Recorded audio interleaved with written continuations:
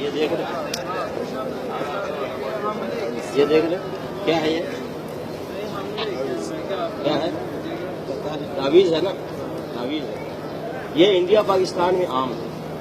اس کو لوگ کیا کہتے ہیں کہ اس میں قرآن مجید ہے، حالانکہ قرآن مجید کی آیت اس میں نہیں ہوتی عام طور سے۔ ہم نے کھول کے دیکھا ہے، قرآن کی آیت نہیں نکلی، پہلی بات۔ دوسری بات، اگر قرآن کی بھی آیت ہے تو کیا قرآن کی آیت لٹکانے سے فائدہ ہے یا قرآن کی آیت پڑھنے سے فائدہ ہے؟ دعائیں لٹکانے سے فائدہ ہے یا دعائیں پڑھنے سے فائدہ ہے؟ بولیے۔ اگر کوئی کہتا ہے نہیں یہ قرآن لٹکانے سے فائدہ ہے، تو قرآن کو اللہ نے شفا کہا، تو اس کو اگر لٹکانے سے فائدہ ہے تو اللہ نے شہد کو بھی شفا کہا ہے نا، تو شہد کو لٹکا لیا جائے تو فائدہ ہوگا یا شہد کو کھائیں گے تو فائدہ ہوگا؟ زمزم پانی کو نبی صلی اللہ علیہ وسلم نے شفا کہا، زمزم پانی کو لٹکائیں گے تو شفا ہوگا یا یہ کہ پئیں گے تو شفا ہوگا؟ تو اسی طریقے سے قرآن پڑھیں گے تو شفا ہوگا، قرآن دعائیں پڑھیں گے تو شفا ہوگا، لٹکانے سے شفا نہیں ہے۔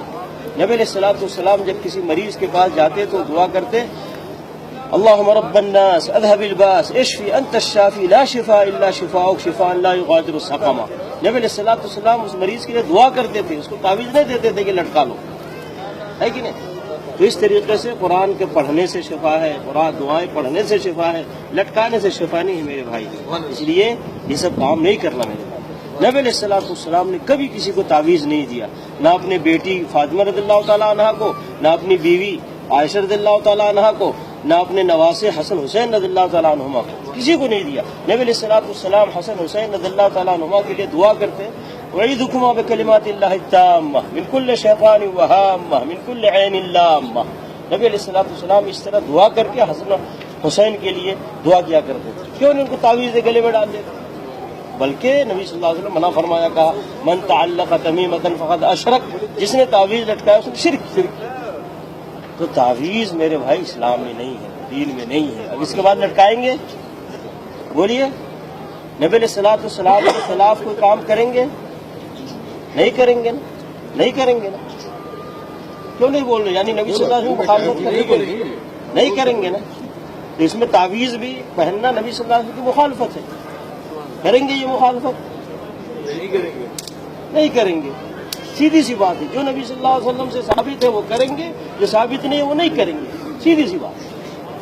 نبی علیہ السلام کی مخالفت کرنا کوئی اجر ہے، ثواب ہے؟ بہت بڑا گناہ ہے۔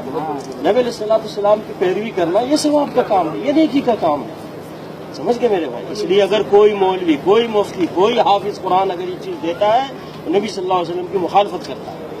ہم نبی صلی اللہ علیہ وسلم کی مخالفت نہیں کریں گے، حافظ صاحب کی، مولانا صاحب کی، قاری صاحب کی، مفتی صاحب کی مخالفت کریں گے، کیونکہ ہم کو اللہ نے اپنے ساتھ اپنے نبی کی پیروی کا حکم دیا۔ یا ایھا الذین آمنوا اطیعوا اللہ واطیعوا الرسول، اے ایمان والو اللہ کی اطاعت کرو، اللہ کے رسول کی اطاعت کرو۔ کسی مولانا صاحب، مفتی صاحب، حافظ صاحب، قاری صاحب کی اطاعت کا حکم نہیں دیا گیا ہم کو۔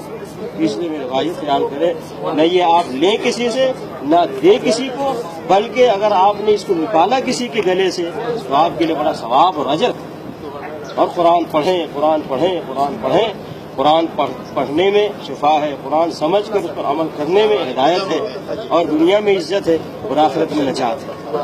سمجھ گئے نا میرے بھائی؟ اس لیے خیال کریں، آج محمد صلی اللہ علیہ وسلم کی مسجد میں ہے اس وقت، آپ اسی جگہ سے نبی صلی اللہ علیہ وسلم دین سکھاتے تھے، سمجھاتے تھے صحابہ کرام کو، اور اس پہ وہ عمل کرتے تھے۔ نبی صلی اللہ علیہ وسلم فرمایا، علیکم بسنتی و سنت الخلفاء الراشدین المہدیین، لازم پکڑو میرے طریقے کو اور میرے خلفاء راشدین کے طریقے کو جو ہدایت یافتہ ہے۔